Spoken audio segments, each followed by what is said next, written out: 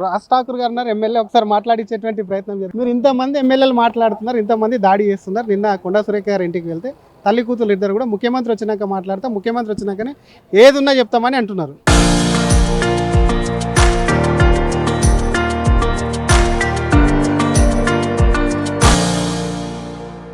Good, చూద్దాం మరి ఏం చెప్తారు. దాడి చేయట్లే ఆమె, మా అక్క మీద ఎవరు దాడి చేయం. మీ అక్క కూతురు అట్లా మాట్లాడడం మిమ్మల్ని బాధ కలిగించలే మరి? డెఫినెట్గా బాధ కలిగించింది.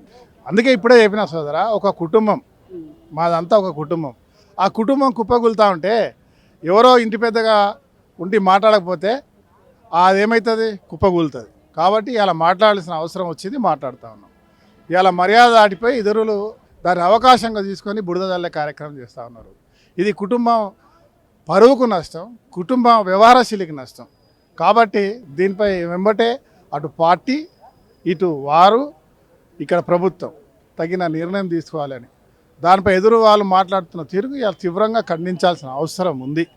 కాబట్టి ఇవాళ ఎవరికి వారు ఎవరికి తోచిన విధంగా వారి వారి యొక్క ఆలోచనలు ఇవాళ మీ ద్వారా తెలియజేస్తూ ఉన్నారు. కానీ కొండా సురేఖ అంశము, వాళ్ళ కుటుంబ అంశం ఇంతకుముందు మీ పార్టీలో ఆలోచన రేపింది. ఇది కొత్త కాదు, గతంలో కూడా చాలాసార్లు దానివల్ల పార్టీ కానివ్వండి ప్రభుత్వానికి కూడా చెడ్డ పేరు వచ్చింది. ఇది మితిమీరు ఏకంగా మీ సభానాయకుడు, మీ ప్రభుత్వానికి పెద్దగా ఉన్నటువంటి ముఖ్యమంత్రి మీద పర్సనల్ ఏజెండాగా మాట్లాడినటువంటి మాటలు.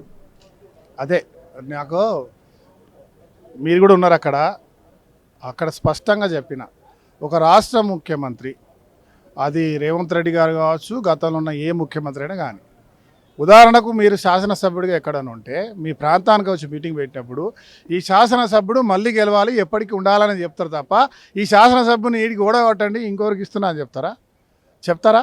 కాదు కదా. ఆ మాత్రం తెలియదంటారా సుస్మితకి? అదే కదా, ఆ తెలిసే ఉంటే ఇట్లా మాట్లాడేది కాదు కావచ్చు. గారికి తెలుసు కదా సార్, మంత్రి గారికి అయితే. నేను అదే అంటా ఉన్నా, మరి వారికి తెలిసి జరిగిందా, తెలియక జరిగిందా? జరిగింది మాత్రం తప్పు అనే అంశాన్ని మనం ఇవాళ ఒక తల్లిగా, కుటుంబ పెద్దగా దాన్ని ఖండించాల్సిన అవసరం ఉంది. గతంలో జరిగినప్పుడు వారు ఖండించినారు, వారు వచ్చి ముఖ్యమంత్రి గారు కలిసినారు, పొరపాటు జరిగిందని చెప్పినారు, సమస్య పోయింది. కానీ పదే పదే జరుగుతూ ఉంటే ఇవాళ మాకంటే ఎక్కువ బీసీ కులాలకు సంబంధించిన వాళ్ళు బాధపడుతున్న తీరు, మన గురించి ఇలా బీసీ కులగణన తీసుకొచ్చి బీసీ రిజర్వేషన్ రావాలని కాంగ్రెస్ పార్టీ చేస్తున్న పోరాటంలో ఇలాంటి తప్పిదాలు జరుగుతూ ఉంటే ఎట్లా అనేటువంటి ఆలోచన సామాన్య ప్రజల్లో జరుగుతున్న తరుణంలో ఇలా ఎవరు అభిప్రాయం వాళ్ళు వచ్చి మాట్లాడుతూ ఉన్నారు. మరి ఇలా సిఎల్పి మీటింగ్ జరిగింది, ముఖ్యమంత్రి గారు ఎంబడి ఎమ్మెల్యేలు లేరు అని చెప్పి మీరే చూస్తూ ఉన్నారు టీవీలలో.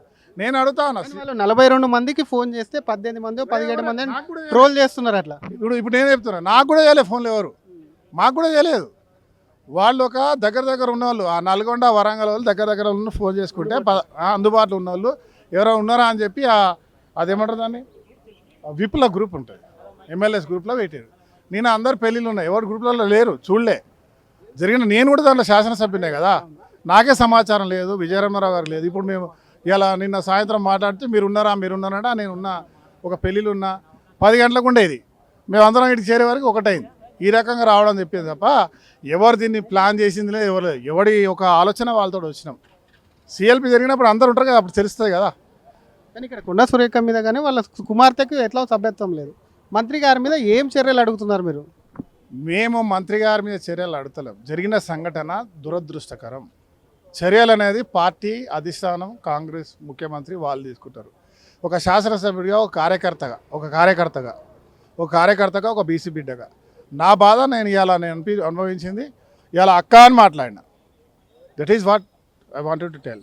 సేమ్ థింగ్ అందరు కూడా మాట్లాడారు.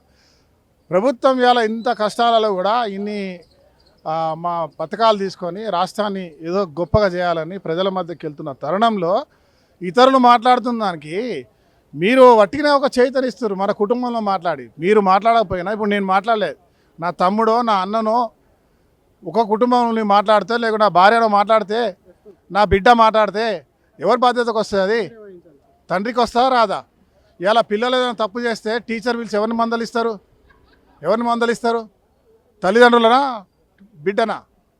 అదే రకంగా మన ఇంట్లో మన బిడ్డ మనతో కలిసి ఉండి చేస్తున్నప్పుడు ఆమె వేరే పార్టీలు ఉండి, వాళ్ళ భర్త వేరే పార్టీలు ఉండి, ఇంకో జాలు ఉండి ఆమె మీతో దూరంగా ఉండి చేస్తున్నా అంటే అది వేరు. సొంత పార్టీలో సొంత ఇంట్లో వండుకుంటూ మాట్లాడుతున్నప్పుడు అది చర్చ జరిగే అవకాశం ఉంది. ఆ చర్చ తప్పుగా పోతా ఉంది. దాన్ని సరిచేయాలన్న ఆలోచన ఇవాళ మీ ద్వారా అందరికీ తెలియజేస్తాం. రాజగోపాల్ రెడ్డి విషయంలో మాత్రం ద్వంద్వ వైఖరి ఉంది పార్టీలో. ఆయన కనీసం నోటీసులు కూడా ఇవ్వలేదన్న చర్చ అనేది జరుగుతూ ఉంది. మేము ఏమన్నాం ఇవాళ రాజగోపాల్ రెడ్డి గారు మీద సీనియర్ చెన్నారెడ్డి గారు, మేము ఎప్పుడో నేను చెడ్డీలు వేసుకున్నప్పుడు లీడర్ ఆయన, వారు మాట్లాడింది కూడా తప్పు అని చెప్తున్నాం. నా ఆలోచనకి మా స్థాయి కాదు చెన్నారెడ్డి గారు మీరు తప్పు చేసిరని. ఆయన ఎమ్మెల్యే ఉన్నప్పుడు మేము ఏడున్నామో తెలియదు కదా, అవునా కదా. కానీ ఈరోజు జంజీస్ వచ్చారు. ప్రధానమంత్రి మోడీ ఇలా మెడల్ వంచే కార్యక్రమం జంజీస్ చేశారు. ఇలా గమనిస్తారు సోదరా, ప్రతి ఒక్కరు మాట్లాడేది చిన్న చిన్న చిన్న విద్యార్థులు గమనిస్తూ ఉన్నారు. ఈ తరుణంలో ఇవాళ ఆ కుటుంబంలో ఎవరి మీద మచ్చ వచ్చినప్పుడు ఆ కుటుంబ సభ్యులుగా ఎవరైనా స్పందించకపోతే ఆ కుటుంబానికే ముప్పు. ఇవాళ స్పందించాల్సిన అవసరం ఉంది, స్పందిస్తారు. మీ ద్వారా కూడా కోరుతున్నాను నేను కాంగ్రెస్ పార్టీని, అధిష్టానానికి. ఏం చెప్తారు రాజగోపాల్ రెడ్డి అన్న ఏం చెప్తారు అంటే మీరు ఒక రాజగోపాల్ అన్న ప్లీజ్, మీకు ఏదైనా ఉంటే మీకు అందరికీ కాంగ్రెస్ పార్టీలో పరిచయాలు ఉన్నాయి, బయట మాట్లాడకండి, మీడియాకు మాట్లాడకండి, అంతర్గతంగా మాట్లాడండి. మీ సమస్య ఉంటే పరిష్కారం చేసుకోండి, మీరు ఏ పొజిషన్ చేసుకుంటో తెచ్చుకోండి.